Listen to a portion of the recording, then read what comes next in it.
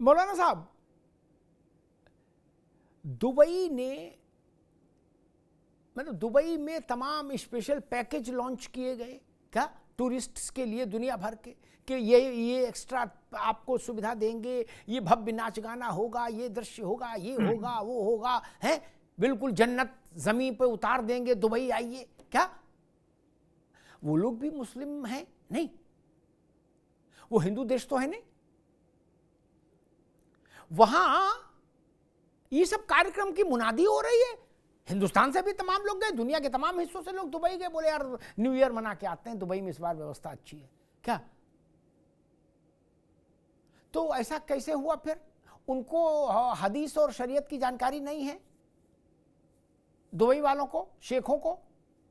मौलाना साहब, हाँ देखिए, ऐसा है कि शरीयत का हुक्म छोटा हो या बड़ा हो, अमीर हो या गरीब हो, बादशाह हो या फकीर हो, शरीयत का हुक्म सब पर बराबर लागू होता है। मैं आलिम दीन हूँ, अगर मैं कोई गुनाह करूंगा, कोई ऐसा अमल करूंगा जो शरीयत के खिलाफ है, तो गुनहगार होऊंगा। ऐसे मिसाल के तौर पर मैं आपको समझाऊं, जैसे शराब पीना हराम है, कुरान ने कहा है शराब पीना हराम है, और कोई मुसलमान शराब पीता है, तो इसका मतलब नहीं है कि शराब जायज़ हो जाएगी और कुरान का हुक्म बदल जाएगा। कुरान का हुक्म अपनी जगह स्टैंड करेगा। हाँ ज़रूर, वो जो शराब पीने वाला है, कुरान के हुक्म के खिलाफ अमल करने वाला है, वो गुनहगार होगा।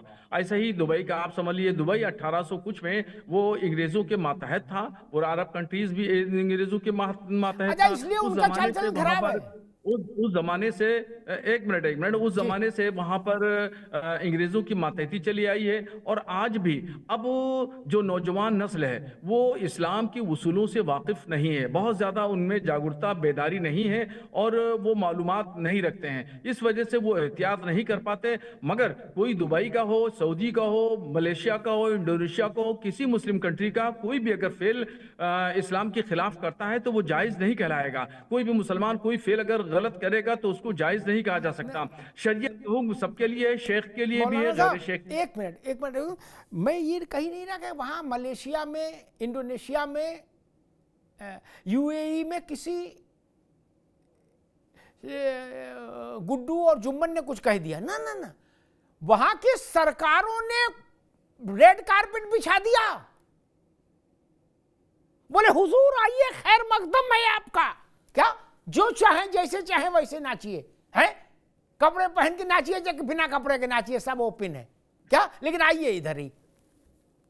मौलाना साहब इसलिए मैंने सवाल, एक मिनट, तो सरकारों में जो लोग बैठे हैं वो भी कूड़ मगज हैं, तब तो फिर हमें कुछ कहना नहीं। उनके पास भी आलिम नहीं है, मुफ्ती नहीं है, तो फिर तो छोड़ ही दो, फिर तो इस्लामिक ब्रदरहुड की बात ही खत्म हो गई। फिर इस्लामिक वर्ड क्या होता? कुछ नहीं, सब अपने अपने रास्ते चलेंगे। एक दूसरी बात मैं ये कहूंगा मौलाना साहब कि मसला ये है कि गरीब पर तो फतवा थोड़ा बहुत चर्चा में आ भी जाता है। आपने देखा कभी अमीर आदमी कोई फतवा के किसी ने के एक राई रत्ती लोड लिया? जैसे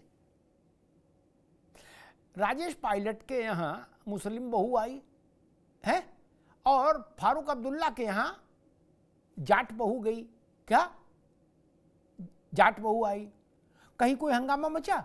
नहीं ना। बड़े बड़े मौलाना गए, बोले लाहौल विला खुबात, आओ आओ आओ जी, वालेकुम सलाम, है, और सब बढ़िया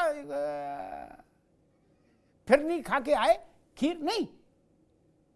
यही काम कोई जुम्मन कर लेता तो उस पर दे फतवा दे फतवा दे फतवा, उसका हार्ट अटैक कर देते। मौलाना साहब मैं तो उनके विज्ञापन, आप विज्ञापन देख लो, मलेशिया का, इंडोनेशिया का, ये यूएई के विज्ञापन देख लीजिए, उन्होंने सब कुछ खोल दिया है। नए वर्ष पर पर्यटक आए, चाहे वो जहाज से उतरते ही बिल्कुल मस्त हो जाए, उन्हें कोई दिक्कत नहीं, वो करे और मस्त हो जाओ, लेकिन पैसा हमारे यहाँ खर्च करो। मौलाना साहब हाँ देखिए, आपने दुबई की जो मिसाल दे रहे हैं, दुबई, मलेशिया, मलेशिया, इंडोनेशिया, हाँ हाँ, मैं जवाब दे रहा हूँ, जवाब सुन लीजिए। देखिए, मुस्लिम कंट्री दुबई, मुत्तहिदा अरब इमारात, ये मुस्लिम कंट्री है, ये इस्लामी कंट्री नहीं है। इसमें थोड़ा फर्क आपको समझना होगा। इस्लामिक कंट्री उसे कहते हैं जहां पर मुकम्मल तरीके से कुरान और हदीस के मुताबिक फैसले हुआ करें, जहां पर फैसलों का निफाज शरीयत इस्लामिया का हो, उसको इस्लामी कंट्री कहते हैं। और जहां इससे बिल्कुल यहाँ इससे थोड़ा मुख्तलिफ हो, मुसलमान बादशाह हो या मुसलमान हुक्मरान हो, बरसरे इख्तिदार मुसलमान हो, तो वो मुस्लिम कंट्री कहलाती है। दुबई जो है वो मुस्लिम कंट्री है, इस्लामिक कंट्री नहीं है। तो इसको थोड़ा सा फर्क समझना होगा। और जहां तक फतवे की बात कही कि ना अमीर पे नहीं लगता, गरीब पर फतवा लग जाता है, ऐसा नहीं है। फतवे का मिजाज, फतवे का हुक्म जी ठीक है, यकसा है, बराबर है, ठीक अमीर ठीक। और फकीर सबके लिए। फारूक अब्दुल्ला ने किया क्या या और राजेश पायलट ने किया क्या, इसका मुझे इल्म नहीं। अगर ये गलत अमल करते हैं, शरीयत के खिलाफ अमल करते जी हैं, तो फतवा इनके ऊपर भी लागू होगा। जैसा कि ठीक। आप जानते हैं बरखा कि जमीन मैंने आप पहले बताया और नाजिम साहब ने भी बताया कि जी फतवा जो है सिर्फ उसकी परिभाषा जो है वो कुरान ठीक और है हदीस है, मौलाना इसके साहब, अलावा ठीक कुछ है। नहीं। मैं रावत जी के पास चलूं, उससे पहले एक बात कह दूं, तकनीकी बात है, उस पे हिंदू मुसलमान का हिसाब से बहस नहीं हो सकती। जिन देशों के नाम मैंने लिए, अरब देश, मलेशिया, इंडोनेशिया, ये थियोक्रेटिक स्टेट है मौलाना साहब, ये मुस्लिम आबादी वाले देश नहीं है केवल, ये धर्म आधारित राज्य हैं। किसी बात कर दी आपने, ये धर्म आधारित राज्य है मालिक, ये लोकतांत्रिक देश नहीं है भारत की तरह, ये इस्लाम आधारित राज्य है। आपने उसका सरलीकरण कर दिया, आपने कहा नहीं, मान लीजिए वहां कोई ऊपर बैठा आदमी मुसलमान हो तो इससे नहीं हो जाता। ना ना, मैं ऊपर नीचे नहीं, वहां पूरा सिस्टम ही मुस्लिम है और वो क्लेम करते हैं। इसलिए मैंने निवेदन किया था, बाकी तो ठीक ही ठीक है। ये थियोक्रेटिक स्टेट है, धर्म आधारित राज्य, हिंदी में उसका तर्जुमा। और अगर उर्दू में मेरे ख्याल से इसका तर्जुमा होना चाहिए कि सही गलत आप लोग जानो, कि जो मुझे नहीं समझ में आता, कि इस्लाम पर आधारित राज्य, इस्लाम की सिद्धांतों पर आधारित राज्य, ये उसका भावार्थ होना चाहिए, ठीक है ना। इसलिए ऐसा नहीं कि वहां 4 शेख ज्यादा घूम रहे और हिंदू 2 कम है और ईसाई एक ही है इसलिए ये मुस्लिम हो गया, ऐसा नहीं है। They are in full command.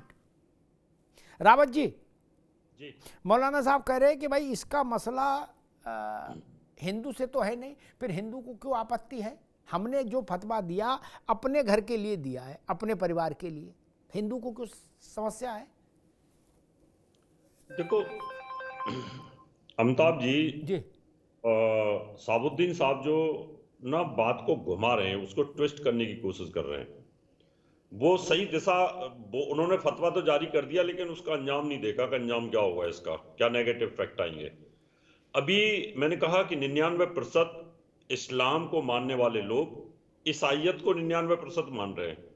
उनका कपड़ा पहनना, उनकी शेरवानी पहनना, के जूते चप्पल, कोई चीज बची नहीं है, उनका तेल साबुन वगैरह वगैरह।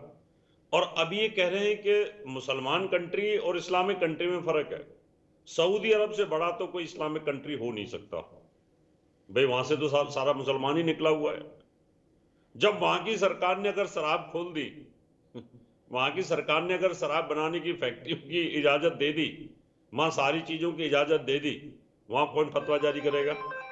वहां तो फतवा उन लोगों ने कर दिया कि भाई ठीक है, शुरुआत करिए इसकी। वो धीरे धीरे उदारीकरण की तरफ जा रहे हैं। रही फारूक अब्दुल्ला की बात, आपने कहा फारूक अब्दुल्ला का मैं गवाह हूं कि कई बार वो सम्मल के अंदर कल की अवतार के फंक्शन में आए वहां पर, और वहां आकर के उन्होंने कृष्ण के भजन गाए और वो खूब विवाद भी हुआ। मुझे लगता है अयोध्या में जब मंदिर का लोकार्पण था तो वो अपने घर में, अयोध्या तो नहीं आया लेकिन अपने घर में वो रामलला का भजन गा रहे थे, भजन गा रहे थे, उनके ऊपर किसी ने फतवा जारी नहीं किया। तो ये दोहरी जो मानसिकता है ना, दिक्कत यहां आती है कि आप लोग तो अपने आप को ऊपर ले आते हैं कि भाई ठीक है, हम कट्टर मुसलमान हैं, हम मौलवी हैं, हम मुफ्ती हैं, लेकिन जो छोटा जो कट्टरपंथी लोग है ना, वो इसमें फंस जाता है। उसको आपको बचाना है किसी की कीमत पर। हमें तो कोई ऐतराज नहीं है, आप जितना मर्जी कर लीजिए, लेकिन वो सामने तो दिखेगा ना, हम लोग तो हंसते रहेंगे। हमने कहा देखो भैया, जैकेट तो पहन रखी है नेहरू जी वाली, है ना, और वैसे कह रहे हैं कि नहीं आप इसको मानिए मत, इसको ऐसे करिए, उसको ऐसे करिए। तो मुझे ये सब चीजों से देखना पड़ेगा कि आप कितने इस्लाम को और शरीयत को अपनी हदीस के हिसाब से ला सकते हैं, क्योंकि आज कोई चीज ऐसी आपसे छूती नहीं है कि जहां जो शरीयत के अगेंस्ट ना हो। कोई भी चीज आप देख लीजिए, आप रेस्टोरेंट में जाते हैं, हवाई जहाज में जाते हैं, आप कार में जाते हैं, आप टैक्सी में जाते हैं, एयरपोर्ट पर रुकते हैं, कहीं पे भी कुछ भी कर रहे हैं, आप पहनने से लेके खाने तक कोई चीज तो ऐसी नहीं है कि जहां ईसाइयत ना हो, अंग्रेजी ना हो, या आपके नए साल की चीजें ना हो। क्योंकि पूरा वर्ल्ड, पूरा इस्लामिक वर्ल्ड की भी मैं बात कर रहा हूं, वहां भी जाकर के अगर आप देखो ना तो पूरी अंग्रेजी घुसी हुई है वहां पर भी। ठीक कितने कंट्रीज ठीक में मैं जाता ठीक रावत साहब, जाकर- मौलाना साहब एक सवाल आपसे मैं पूछूंगा। 3 बड़े चेहरे हैं, फारूक अब्दुल्ला, मुफ्ती मोहम्मद सईद की बिटिया महबूबा मुफ्ती, और गाजीपुर का बाहुबली परिवार, अंसारी परिवार, अफजाल अंसारी की बिटिया महबूबा और अफजाल अंसारी की बिटिया ने शंकर जी पर जल चढ़ाया। और फारूक अब्दुल्ला तो जब भी माहौल देखते हैं कि हवा किधर बह रही तो वो भजन गा ही देते 2-4 और ये तुरंत यूट्यूब पर लोड कर देते ताकि इधर भी अपना गमछा रखा रहे। इनके खिलाफ, इनको इस्लाम से निकालने के, दंडित करने के, इनके कोड़े मारे जाने के लिए कहीं कोई फतवा सतवा कुछ आया कभी नहीं ना? क्योंकि वहां अफजाल अंसारी के घर के खिलाफ कौन फतवा देगा जाके? जो फतवा दे वो अपना सम्मान समारोह कराए, सर तन से जुदा करवाए हैं? किसी ने दिया? हमने नहीं सुना, कोई मौलाना नहीं गया। मौलाना साहब, हाँ देखिए, बहुत मैंने अच्छा 3 सवाल उदाहरण आपने दिए किया है जी। जी, बहुत अच्छा आपने सवाल किया है और जी। मैं सोच रहा था इसका जवाब देने के लिए, और इत्तेफाक से आपने बात कह दी। जी आपको याद होगा, और अगर नेट पे सर्च करेंगे तो महबूबा मुफ्ती ने जब जल चढ़ाया था तो उस पर मुझसे सवाल किया गया था, मैंने उसका जवाब दिया था और तौबा का हुक्म दिया था। महबूबा मुफ्ती ने तौबा की और हमारी बात को उन्होंने तस्लीम किया, एक बात। दूसरा, नाम भूल गए आप नसीम सोलंकी का, कानपुर वाली। जब इलेक्शन लड़ रही थी तो वो एक मंदिर में गई थी, पूजा पाठ किया था, उस पर हमसे सवाल किया गया था, पूछा गया था, हमने कहा, हमने फतवा जारी किया। वो बात उन तक पहुंची, उनसे पूछा गया, उन तक जब पहुंची तो उन्होंने सर झुका दिया और उन्होंने फतवा तस्लीम किया और मुझे मेरा शुक्रिया भी अदा किया कि आपने हिदायत की मेरी, और बहुत अच्छा किया आपने हिदायत जी की।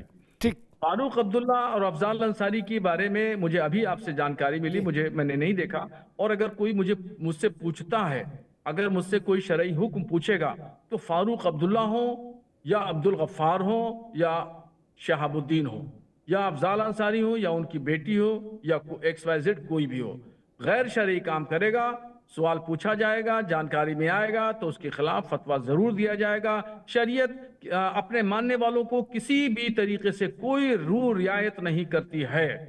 अब रही गई बात शराब, नशा, ये इस तरीके से करना, अगर कोई मुसलमान है और इस्लाम का मानने वाला है और अगर गलत काम करता है, शराब पीता है, जुआ खेलता है, नशा करता है, तो उसको भी तंबीह की जाएगी। और ये न समझे कि मुसलमान गलत काम कर रहा है तो गोया कि इस्लाम में उसकी इजाजत हो गई। नहीं, हरगिज नहीं। इस्लाम का जो हुक्म है वो अपनी जगह कायम रहेगा। वो जो मुसलमान करने वाला है, गलत फेल करने वाला है, गुमराहियत की तरफ जाने वाला है, वो जरूर मुजरिम होगा, चाहे उसमें दुबई हो, सऊदी अरब हो, शेख हो या मौलाना शहाबुद्दीन हो, कोई भी हो। अगर इस्लाम के खिलाफ वर्जी करेगा, उसके हुक्म को नहीं मानेगा तो उसकी जद में वो जरूर आएगा। जी ठीक बात है।